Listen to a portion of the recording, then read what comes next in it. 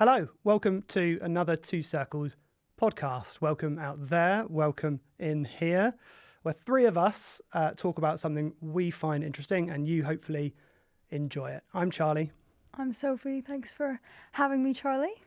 And I'm Will. Lovely to be here. Today, we're going to be talking about why we're so confident that brands are going to be spending more of their money to reach sports audiences on sponsorship and rather than media.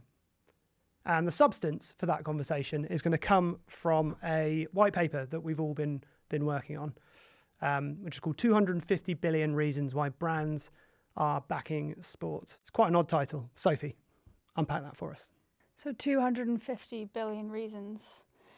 I could probably list 200 reasons, but maybe not 250 billion reasons why you would want to invest in sports sponsorship. But I suppose that number or the title really comes from the $250 billion that brands spend to reach a fan as they're engaging or consuming with sport. And that is a huge amount of money, $250 billion. It's risen from, I think, 100 billion over the last decade. And we think it's going to continue to go. So that is fundamentally, what we dive into, and what we're going to talk about today is what is behind that 250 billion, what's driving it, how is it broken down, and there's some really interesting trends to unpack in that. And Sophie, sorry, before we go on, the 250 billion, that's spent by brands on sponsorship and media, essentially. Okay. So if you think about, if you're a brand, what's the avenues that I can use to spend my money? And that directed into sponsorship and media. And Charlie, one of the really interesting things that we've seen actually is that shift between sponsorship and media has changed dramatically over the last decade. And we're actually seeing sponsorship decline as a portion of overall spend, right. Which is, As of today. Yes. As of today. Yeah. Yeah. But we think that maybe is going to change. We think we're confident. We are confident that's going to change. We are confident. Yeah. As the authors, co-authors of a fantastic report, to plug that again. So our belief, the assertion that we make is that sponsorship is going to be growing its share compared to media, right? That's right. Over the next 10 years. Are we sure? We sure about that? Will, you sure about that? We are sure about that. Sophie, you sure about that? If I was a brand, I'd be sure about that. Should we go now? I think we're done. I think we did it. No, let's. Why are we so confident, Will? I think it's necessary. I think that it's the most customer-centric thing to do and the most commercially expedient thing to do. The reason is investing in sports full stop is a no-brainer.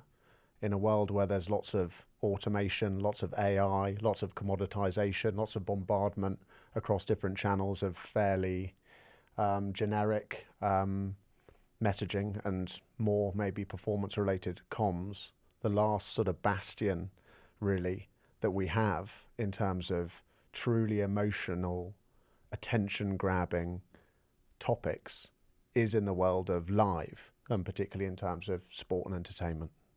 Yeah, even if you're an Arsenal fan. Particularly if I'm an Arsenal fan. Particularly if you're an Arsenal fan. Yes. Okay. It's a roller coaster every season. That you can be sure of. That always ends not what you want it to. Can I just throw in a really fun fact here, Will, that you may have not heard of? But if you are an Arsenal fan, you're probably aware of Emirates. Are you not? Yeah. Okay. So if you are a UK-based Arsenal fan, you are 97% more likely than the UK general population to have flown with Emirates. And that is why, if I was a brand, I would be investing. Can I follow up with another intriguing stat, which is if you are a Tottenham fan, you are also not quite 97%, but similarly highly likely. So it just shows the halo effect and the attention-grabbing nature of these types of sponsorships. There's something amazing in that, isn't? You can imagine, I'm sure from the many conversations you've both had with brands, there's maybe a concern of getting into bed with a club for fear of tribal backlash, for example. That's pretty amazing, isn't it? That Tottenham fans are also more likely than the general population to fly Emirates than Arsenal fans. Pretty incredible. But I think that just speaks to the brand building power that comes through sponsorship. And I think you said it, Charlie, we've seen kind of this decline in the last decade. And it's I think, Will, it was you that came up with this analogy, but it is a bit like finding the right balance between diet and exercise, finding the balance between sponsorship and media. And I think too many people, brands, have been focused on just diet or exercise, basically short-term returns, and not investing more in sort of long-term brand building activities. So once you do that, and there's so many good examples of that happening, you take a longer-term view, then that's when the returns really come. And I think we're starting to see that shift, and that's why I think sponsorship is definitely going to grow in the next decade. It's not limited to sport. I think that it's been on the sort of tongues and on the airwaves of everyone in marketing circles ever since the long and the short of it was written. This sense that there needs to be, the key word there is long and the short of it. You need to combine brand building activity with more performance related short-term activation. And the same goes when it comes to sports sponsorship. What we find as well is that, and the report reveals, is that sponsorship isn't just an awareness activator, an awareness lever. It has a significant impact on preference to purchase, on positive association, on frequency of purchase. So it actually impacts the full funnel, as Absolutely. it were. So they're self-reinforcing. They're not mutually exclusive. And as you say, diet and exercise, if you only diet, you don't build the muscle to be able to last over the long term. I think as well, you'd be short-sighted to think that if you invested in sponsorship, you might start to see some of those benefits, as you say, of sort of conversion from year one. And that's something that we've seen as well, is actually it takes time to build that, for those effects to sort of trickle down the funnel. It takes years. I mean, one of my favorite brands at the moment is New Balance. And they've come on the scene. I don't know, I walk around and everywhere I look, people are wearing New Balance shoes, and you start to think, what have they done? And they've just made a huge comeback in a moment where, they were not falling off the scene, but really kind of, they made a shift, started investing in brand building activities. I think they've just sponsored Atalanta for next season as their kit partner, and they're everywhere. They're all over the shop, and they've totally shifted their mindset, and look what's happened. So it's a really powerful example. But that didn't start. I don't think that started last month. It's been a long run into it, and they're just now reaping the benefits. So it's definitely a long play. Yeah, and the key is in that partnership with Atlanta, and New Balance is a good example. Probably, all of our listeners will be aware of Rolex and Wimbledon. The focus on performance, heritage, precision is there. And then with the way they activate, Wimbledon is a clean space. It isn't a place there's brand bombardment, but they found in the clock and time, which is such a crucial part of tennis, to play a role in those amazing stories. If you look at Guinness or Diageo, brands are particularly good at the brand building game, whether it's with their recent support of the Women's Rugby World Cup or the Six Nations. They ended up developing a specific boot that was softer and specifically for female athletes. The first time equipment had been developed.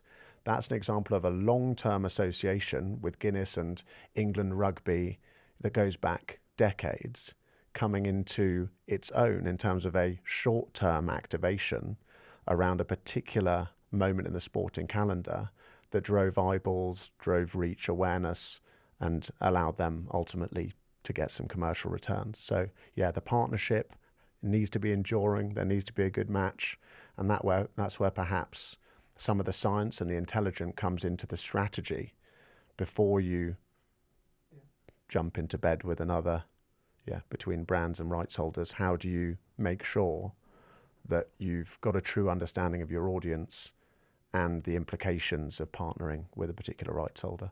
Nice. There's loads of good stuff in there. I think we talked about, so if the question is why are we confident the brands are going to be spending more on sponsorship relative to media to reach those sports audiences? There's a bunch of things I'd love to just pick up there.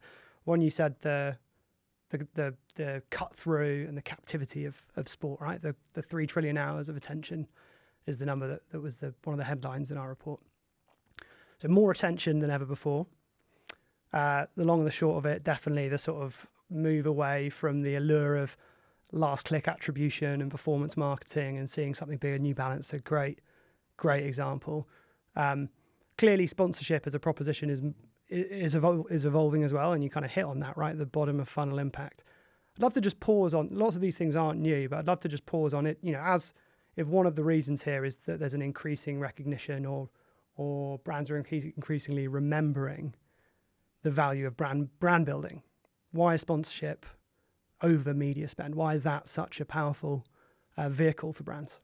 I'm not sure that it is over. It has to be in combination. It's a bit like the Daniel Kahneman, the fast and slow. We're, as humans, curious beings who need to be emotionally, who are emotionally receptive, and we need the brand to resonate, and we need to have connotations that allow us then to be almost in market for conversion around a particular promotion.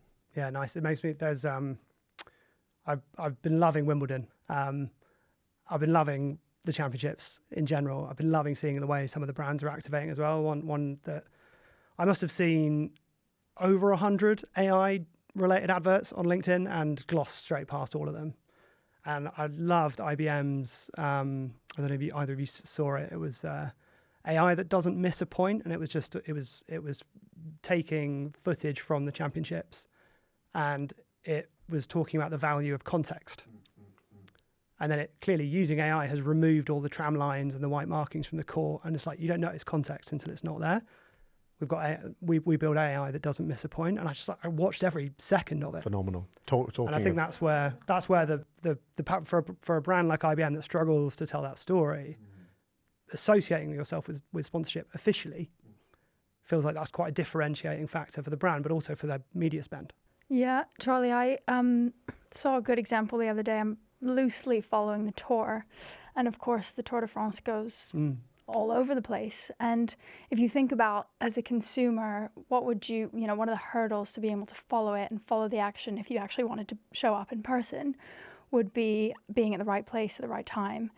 So Airbnb has a partnership with the Tour, and they can actually help you find places along the route.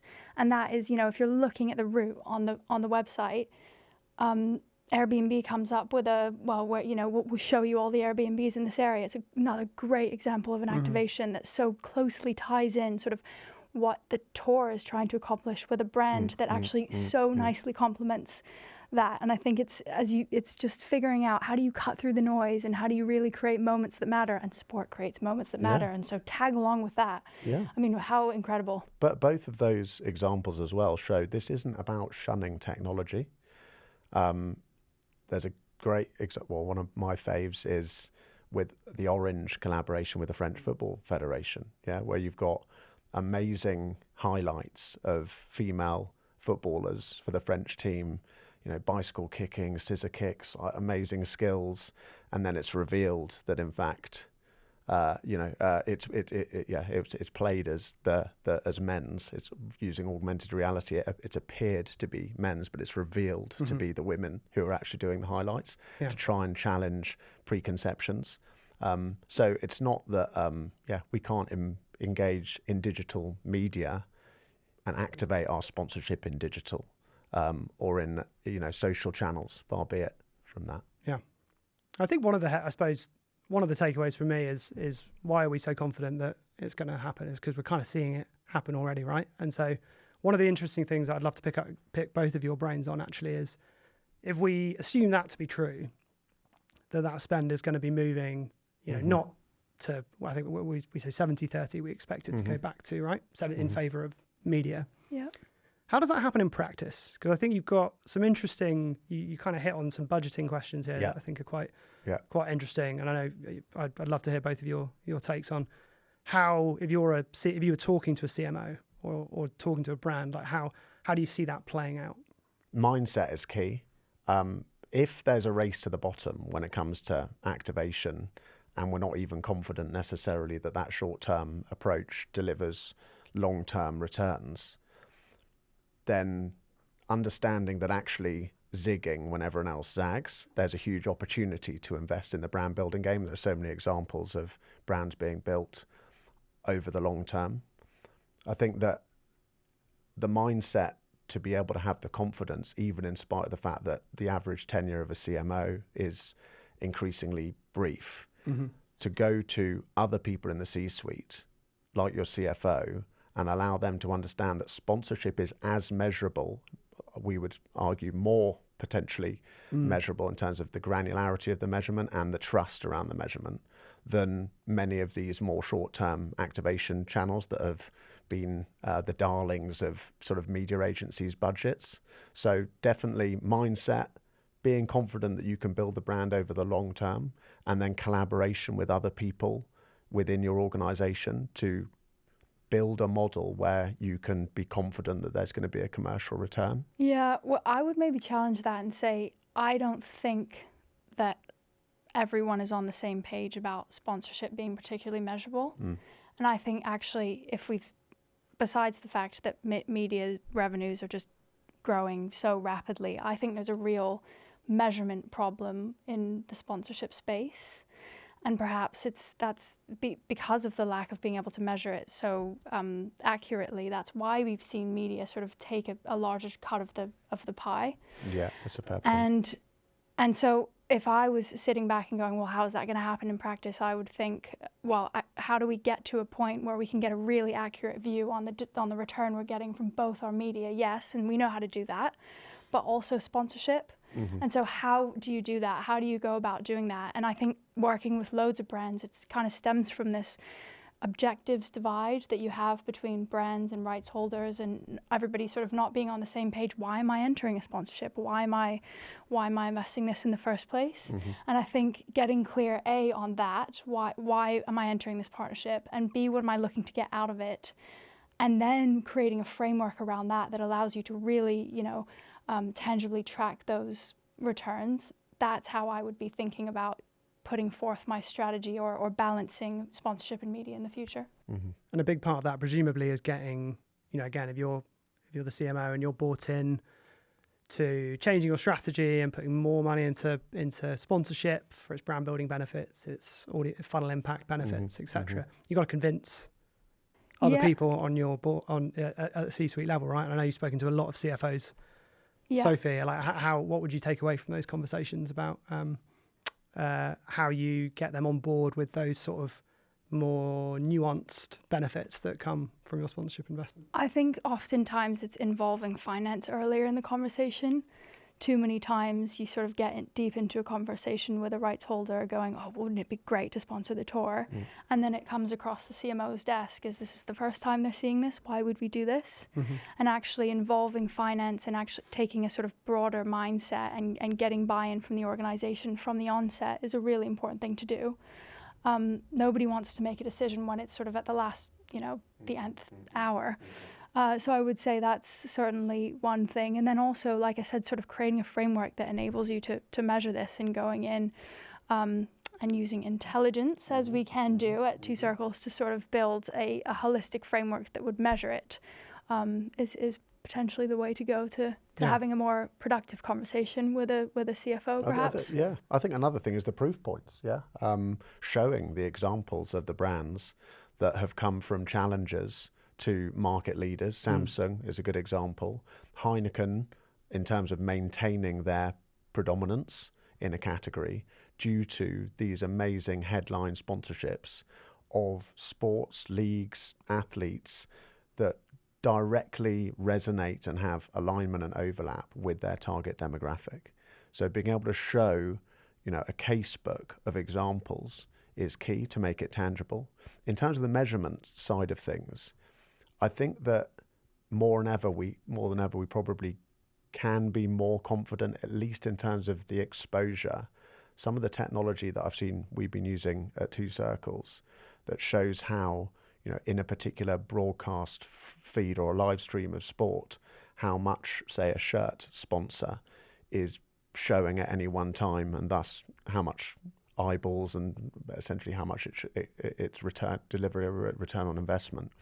is, I think, unlike what even 5 years ago we had in terms of proving the value of these sponsorship deals. So there's an opportunity there. Yeah, I don't disagree with you on that at all. You're absolutely right. We have so much great technology to, as you say, sort of put a number on that. But I think it's harder to quantify the intangibles that you get from sponsorship. I mean, there's so many examples of Amex and Wimbledon. Surely that has to be a hosting play to some extent for Amex. And how do you quantify that?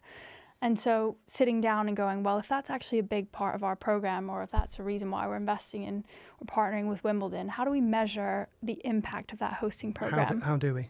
Sophie, I'd love to.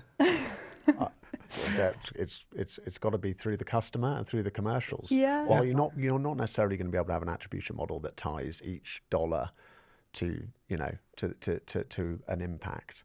I think that overall, every brand's purpose or intention is to serve their customers.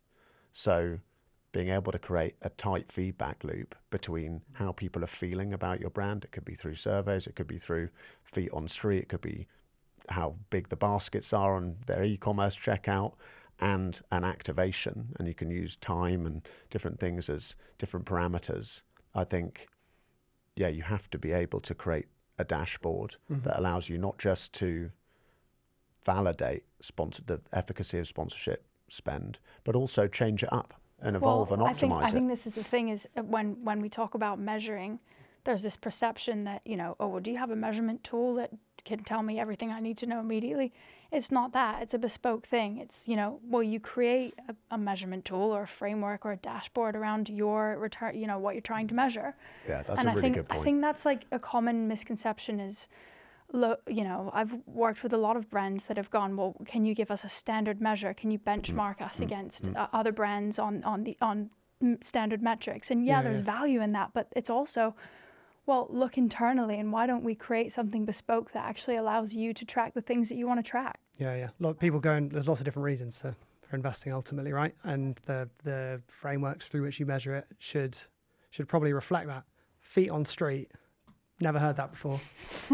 Big fan. I think that there is, we need to sometimes accept, I know that we're in a very data-driven and a data-oriented world, that connecting with human beings, persuading human beings that they should spend any time with us or consider us is one part art, one part science.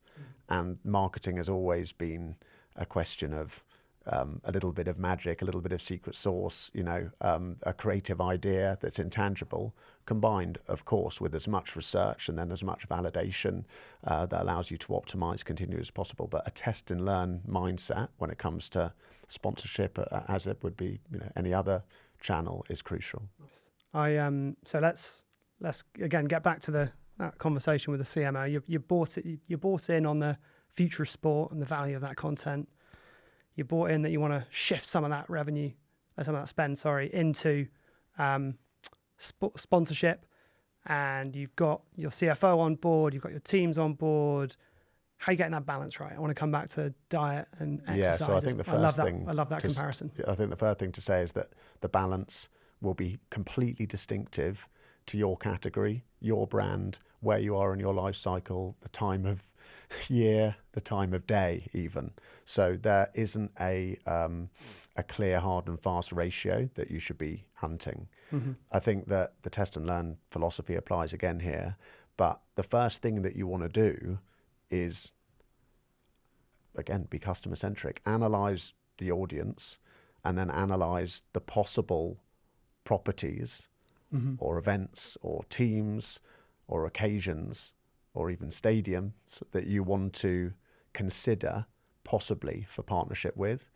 And by running that initial exercise where you get the intelligence that you need to develop a strategy and start to create a shortlist based on your budget, based on all your various parameters, that allows you then to have a more compelling business case, again, to go back to the CFO and be really intentional and show the working and clarity. Yeah, I think there's a huge piece there up front in the strategy around, well, actually, what is it we're trying to get out of this? Which markets are we light in? Which properties could help us enter a new market, or help launch a new product, or whatever it is, and and understanding the state of play now is so important to then being able to get that balance right. Because if you don't understand the problem, you can't spend your resources in a way that addresses that. Yeah. So I think ideally being in a position, Charlie, where you can start that journey and just take stock of where you are now and then find the balance from there is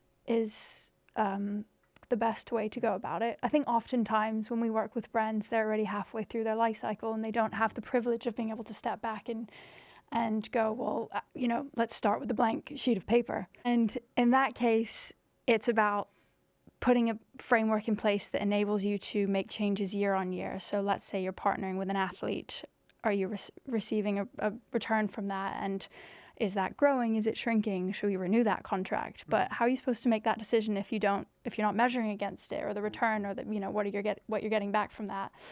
And then being able to sort of shape your portfolio based on the data and the information that you're getting back is really how you malleably find the right balance between sponsorship and media. I think a good example of a brand that has, sponsored the Olympics, World Cups since sort of time immemorial is Coca-Cola.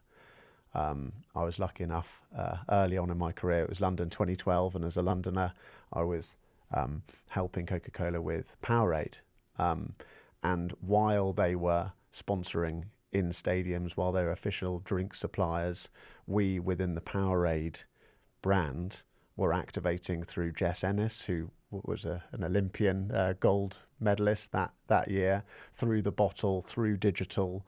So you've got this amazing array of sort of omni-channel engagement, each of which is fit for purpose in that time and place, that's working in an orchestrated way to deliver on the I guess the objectives not just of the brand, but also of course the rights holder, because it's supposed to be a long-term partnership. So it's okay if you're in flight, that can also still be optimized, as long as there's consistent reporting and good levels of transparency across how that's performing. I think one of the things that we love to say is that sponsorship breathes life into media, and that's a great example of that. Yeah, exactly. And so when you think about that balance, thinking about the not seeing them independently, as you've said, I think looking at some of I think it's 60% of the brands investing over $1 million in sponsorship in 2024 were digitally native consumer brands. And that's up nearly trebled in the last 3 years. And so it's interesting to think about those types of brands who would have been investing heavily in performance marketing, probably looking at sponsorship through a similar lens. I think it was one of my favorite examples was Booking.com when they first entered UEFA's commercial program for the Euros. I'm going to get the date wrong. I believe it was the 2020 Euros in 2021, but they invested in 2018 in the men's Euros. And a big part of their package, yes, it was about getting on the LED boards and being able to use the IP, but they were also deeply integrated within the entire customer journey. And they got data on, who, because it was the year where the Euros was scattered all around Europe. So all the people attending need accommodation. They got this amazing intelligence on who was traveling to a game, who was interested in traveling to a game, who was interested in football, and could use that to infuse their media spend in a really targeted way.